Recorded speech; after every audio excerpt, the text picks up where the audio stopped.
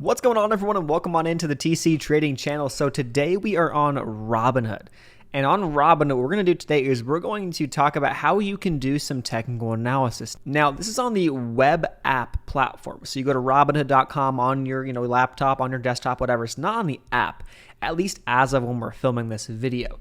So little do you know that, beyond just looking at the charts you get on the app on the phone, you can actually dive a bit deeper into charts. Now, you're not going to get the type of capabilities you're going to get with a platform like Webull, TD Ameritrade, even E-Trade, any of those platforms. You're not going to get that type of technical analysis, charting features, all that, but you will get some more details here, which they could be certainly useful, especially for someone who wants to get their feet wet into doing a little more technical analysis, looking at some indicators, looking at different types of charts, different time frames, looking at candlestick charts. This is going to help you. So we are over here on Robinhood, and what we're going to do is just quickly dive right in. So we're going to click on Apple, and we're going to use Apple as our first stock to kind of do this with, okay? So Apple right now, we get the main page. This look very similar to the app. You'll see kind of how this lays out on the app, and you can see the stock. You can look at the past day, the past week, past month, past 5 years, and it looks great. It's all cool. You get some information. You can scroll down. You get some news articles. You get analyst price targets, all that good stuff over on the right-hand side. You can enter your orders in,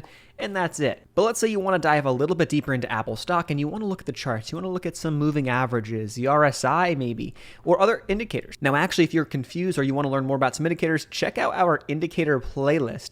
We actually have a playlist going over a bunch of indicators, how to use them, some strategy. So there's already stuff here on the channel for you, but let's talk about how to do this on Robinhood. So see this expand section right here?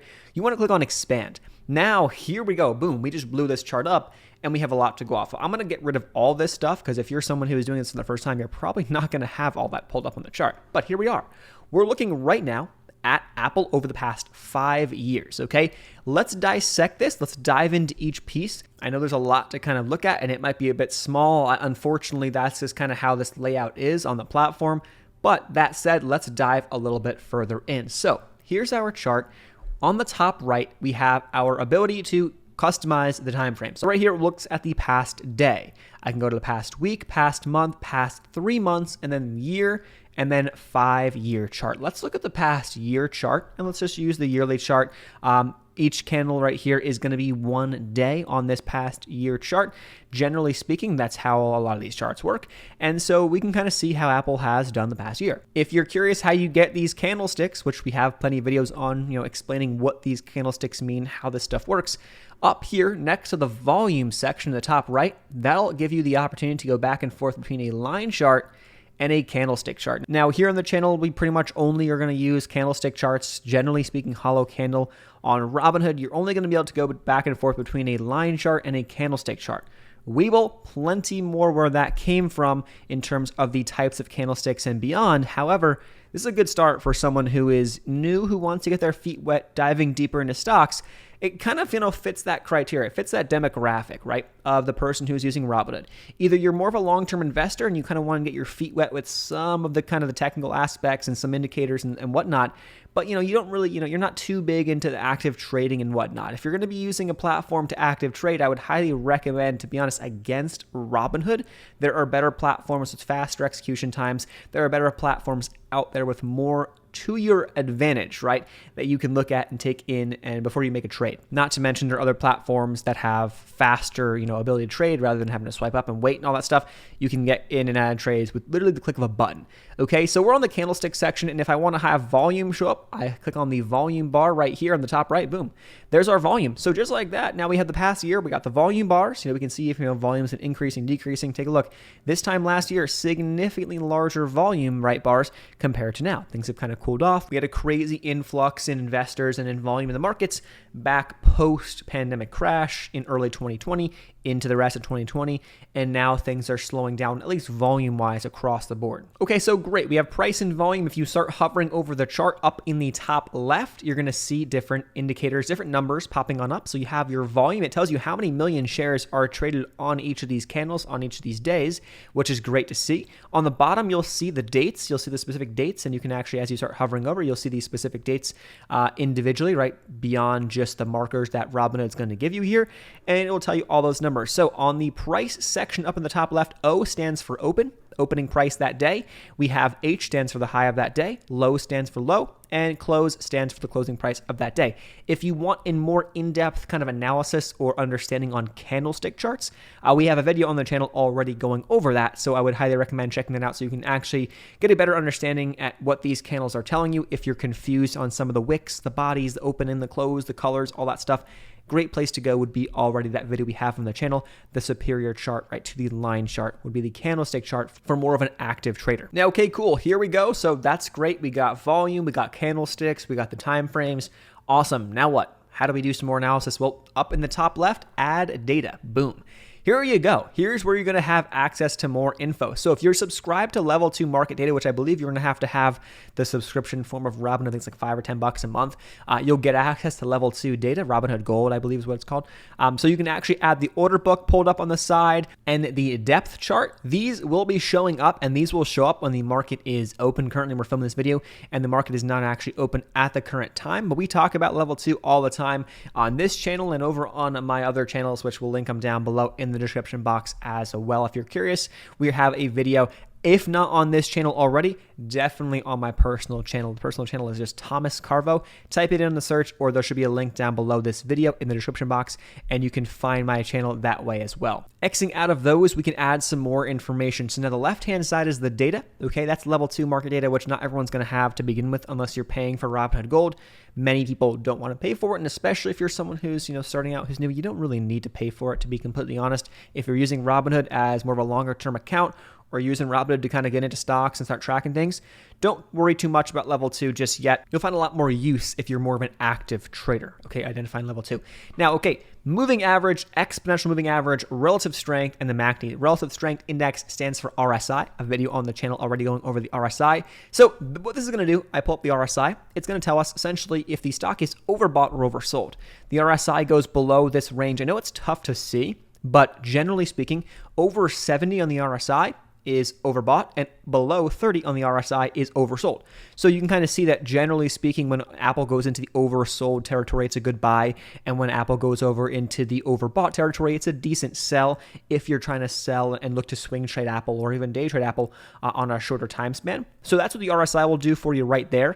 That is going to be great, pulled up on the bottom of the screen. We can, of course, go in and edit this if you would like to. There's a lot more you could do when it comes to the RSI. There's a lot more kind of customizations, but for most people, what you need to worry about is the RSI period of 14. That's the standard RSI that you'll mostly see across the board.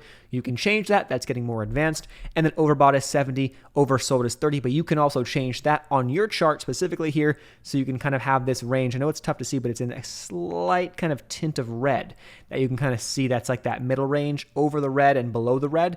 That's where you start getting overbought, oversold territories. So let's get rid of the RSI and let's add a different indicator in right here, MACD. Okay, this is going to be moving average convergence divergence. That's what it stands for here. And so what we're looking at right now is we are looking for when this blue line, okay, I know it's tough to tell, right? But on the bottom of the screen, this blue line starts to cross over this pink or reddish line, whatever if you will, okay? So this blue line crosses over, that's when we start to see the MACD hinting at a reversal, right? Whether it's crossing to the downside, indicating right here, look at this. When the MACD starts to cross to the downside back here on April 29th, that actually was a perfect signal for a sell or even a short position on Apple. And Apple ended up going down the next couple of weeks and dipping down. Let's see, it went from about 135 down to about sub 120, over a $10 move on Apple, which would have paid very nicely if you were shorting it or even playing puts to the downside of options. That would have been very nice, since that's where the MACD can come in handy right here. So you look at the MACD right here. Again, the setting symbol up on the top of that little indicator section can help you change the periods. But the MACD line is that blue line right here, which we can actually change the color of that if you click on these little dots. And then the signal line here is that pink line or reddish line, whatever color it looks like to you as we speak right now. So when the MACD crosses over that signal, that's telling you, hey, we're rounding the corner, we're coming back up to the upside. It looks like a buy. MACD starts to cross below the signal, generally a sell, of course, an indicator. It's not going to be the end all be all, but it's helpful. Okay, so take a look at this. As we talk about Apple recently back here, it looks like end of April, right when it was a sell. When that MACD crosses back over that signal line, what do we see? Apple bottoming out, and what did it do? It pushed up and went from 125 to about 150 in a matter of a couple weeks. So very nice play to the upside if you were a bull or playing Apple to the upside upon that MACD cross there over the signal line. Let's go in and add a different indicator, exponential moving average right here. So what this is going to do is going to take the different periods, right, that we're looking at. So we're looking at the 1 year, 1 day chart, okay? So if I go into the EMA side right here, I click on the settings, right? I click on the period. This is going to tell me what exponential moving average I want to look at. So many times I like to look at the 50. So the 50 period exponential moving average, and it's going to give me a rough idea of where the stock has been, average in the past 50 days. However, there's more weight indicated on the more recent days, okay? So the difference between an EMA and a moving average, we'll talk about in just 1 second, is the EMA is going to have more weight on what is happening right now. And the SMA or the MA, moving average, simple moving average, same thing. That'll be just kind of literally just averaging out the past 50 days or whatever period you set. So if I go to add data right here and I go to moving average, I'm going to go to moving average, and that's going to be, I'm going to change the color here too really quick. I'm going to make this like that pink color, okay? And I'm going to make the moving average 50. Okay, so let's do that. Let's go make that 50, and you'll see that these are not the same line. Now, they're close, but they're not the same. Why? It's because the blue line is actually weighing what's happening now more recently. It's going to weigh that heavier than kind of the past 50 periods, the 50 data points that we're looking at, okay? So that's essentially the difference between an exponential moving average and a moving average. They're both useful. Personally, for me, for my swing trades, I like to use just the moving average. So not the EMA. I like to use the MA. So I'm gonna get rid of the EMA right there. I like to use the MA. Generally, for me, when the stock is above the 50 MA, bullish, and when the stock is below, bearish. And that 50 MA is generally support when above and resistance when below. And that's how I kind of use it. But again, everyone's going to have their own style when it comes down to doing their own analysis and looking at their own indicators. So there you guys have it. That goes over how to do technical analysis actually on Robinhood. Believe it or not, yeah, you got more than you may think actually on this platform, at least for some who haven't seen this side of things. So if you got something out of that video, consider hitting that thumbs up button, consider subscribing for more videos just like this. If this is news to you, definitely share it with some friends because I'm sure people will find this useful. If you're on a laptop or on a desktop, there's more here. You can look at this stuff and at the same time, go ahead and trade Apple. Boom, click on the trade window and put your order in for Apple just like that as you see fit based on what you're looking at indicator-wise. So it's definitely useful. I would highly recommend you at least take a look at this if you're someone who's new and definitely check out some of our other videos going over some of these other indicators in more depth and especially the candlestick charts in more depth. But if you have any questions, leave them in the comments section down below. Consider subscribing. Hit that thumbs up button, guys, and I hope to see you guys in the next video. Check us out on our other channels linked down below. Peace.